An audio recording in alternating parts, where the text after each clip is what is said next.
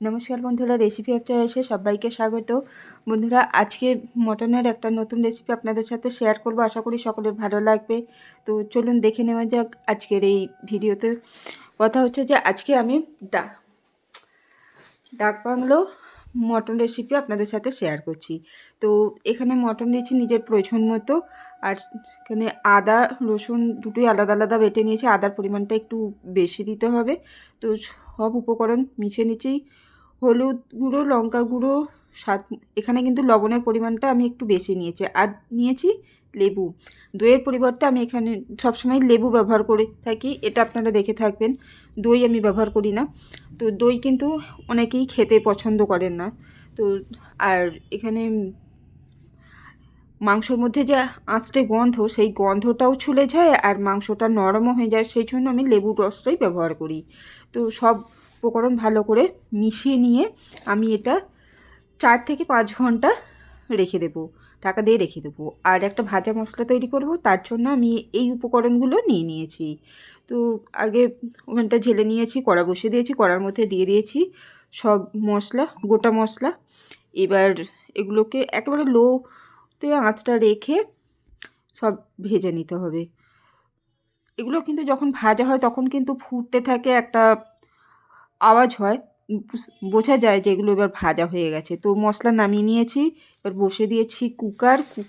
আজকে রান্নাটা কিন্তু কুকারেই তৈরি করব। আর এর জন্য আমার লাগবে ডিম, আলু, পেঁয়াজ, টমেটো, কাঁচা লঙ্কা, ধনেপাতা। তো ডিমটা ভেজে তুলে নিয়েছি। আর দুটো ডিম নিয়েছি, এখানে কিন্তু 4টে ডিম নিলেও কোনো অসুবিধা নেই। আর ডিম ভেজে তুলে নিয়েছি, তার মধ্যে আরও একটু সর্ষের তেল যোগ করে দিয়েছি, আর দিয়েছি 1 টেবিল চামচ ঘি, গাওয়া ঘি দিয়েছি। এবার এর মধ্যে আমি দিয়ে দিয়েছি 5টা বড় সাইজের পেঁয়াজ কুচিয়ে নিয়েছিলাম, সেটার মধ্যে দিয়ে খুব সুন্দর করে একটা ভেজে নিতে হবে। বেশ সোনালি সোনালি রং ধরবে। তারপর এর মধ্যে দিয়ে দিচ্ছি আদা রসুন বাটা।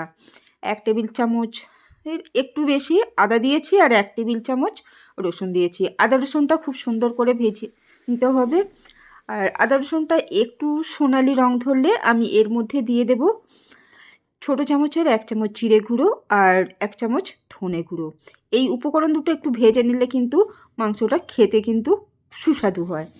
তো মশলাগুলো দিয়ে দিলাম, দিয়ে আমি এটাকে খুব সুন্দর করে মিশিয়ে নেব। আর ওভেনে আঁচটা কিন্তু মিডিয়ামে রেখে মশলাগুলো ভেজে নিতে হবে। খুব সুন্দর করে ভেজে নিচ্ছি।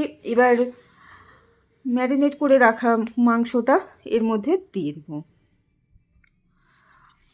মটনটা এর মধ্যে দিয়ে দিলাম। এবার আগে ভালো করে সব উপকরণের সাথে মিশিয়ে নিতে হবে। হালকা হাতে ভালো করে সব উপকরণগুলো মিশিয়ে নিতে হবে। তারপর কিন্তু ওভেনের আঁচটা বাড়িয়ে দিয়ে হাই ফ্লেমে দিয়ে এবার এটাকে 10 মিনিট কষিয়ে নেব। খুব সুন্দর করে এটাকে কষিয়ে নিতে হবে।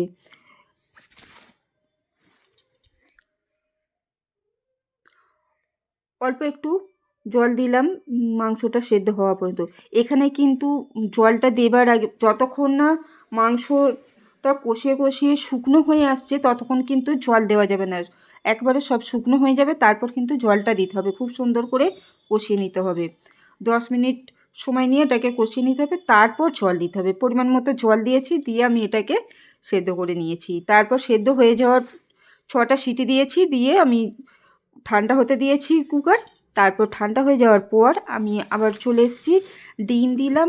আলুগুলো ইচ্ছে হলে ভেজে নিতে পারেন, তো আমি এখানে কাঁচা আলুই দিয়ে দিলাম। আলুগুলো একটু হলুদ দিয়ে ভেজে নিতে পারেন। তো আগে থেকে ভেজে রাখা মশলাটাও এর মধ্যে দিয়ে দিলাম। ভালো করে সব উপকরণ ভালো করে মিশিয়ে নেব।